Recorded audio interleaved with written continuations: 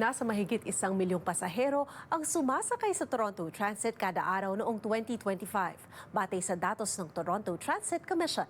At isa sa mga operator na sinisigurong ligtas na makakarating ang mga biyahero sa kanilang mga destinasyon, isang Pilipina. Ngayong Women's Month, kilalanin natin si Nami Chosen at ang kwento ng representasyon ng mga Pilipino at kababaihan sa pinakamatagal at pinakamalaking urban transit service provider sa Canada. Sa report ni Teresa Redula. Konektado ang downtown Toronto ng mga riles ng streetcar tulad nito na ginagamit ng libo-libong commuters kada araw sa Toronto. At ilan sa mga naninigurong epektibong tumatakbo ang pampublikong transit, mga Pilipino. Nag-job shadowing ako sa bus, sa subway, sa streetcar. Nung nagja-job shadowing ako, nakita ko talaga, ay gusto ko talaga ng streetcar. Nagdadasal talaga ako. Nung nakuha ko yung email, January 8, you will be starting na mag-training streetcar. Sabi ko, ay, tuwang-tuwa talaga ako. Ganito inilarawan ng Pilipinang si Nami Tiosen ang pakiramdam nang malamang isa na siyang opisyal na streetcar operator noong January 2024.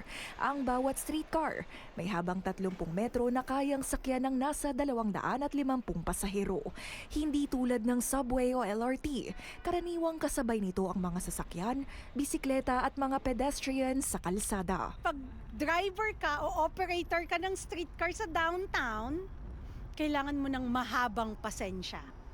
Aminin natin o hindi, madaming sasakyan na medyo nagmamadali palagi. Inuunahan kami. Yun ang mahirap na kailangan focus ka kasi minsan kinakat ka nila. Ang streetcar hindi tumitigil ng ganyan. It takes time para tumigil. Taong 2000 nang dumating si Tiosen sa Canada bilang isang live-in caregiver, naging personal support worker at kinalaunan ay naging emergency nurse noong 2005. Ang paglipat sa Toronto Transit Commission o TTC, tila isang pangarap daw na natupad dala ng pagkabighani rito. Yung time na yon, kakaiba. Yun ang parang challenge sa akin.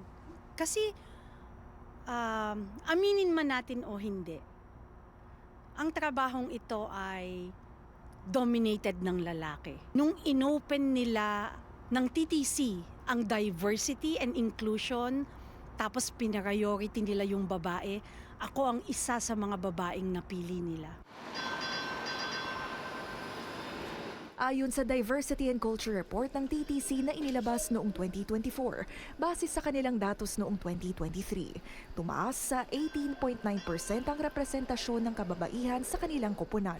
Tumaas din kumpara sa nakaraang taon ang representasyon ng racialized at Asian communities sa kanilang workforce.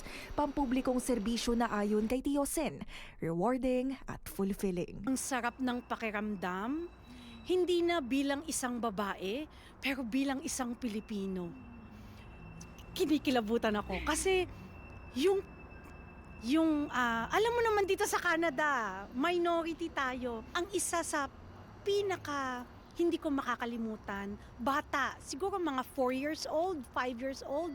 Sumakay sila sa likuran, tapos takbong-takbo siya sa unahan. Tapos sabi niya sa akin, "Thank you." Aniya, malaking bahagi raw ng kanyang karera ang mga kinalakihan sa Pilipinas. Pinalaki tayo sa school na ganitong oras, papasok ka. Ganitong oras, kakain ka. Kahit sa bahay,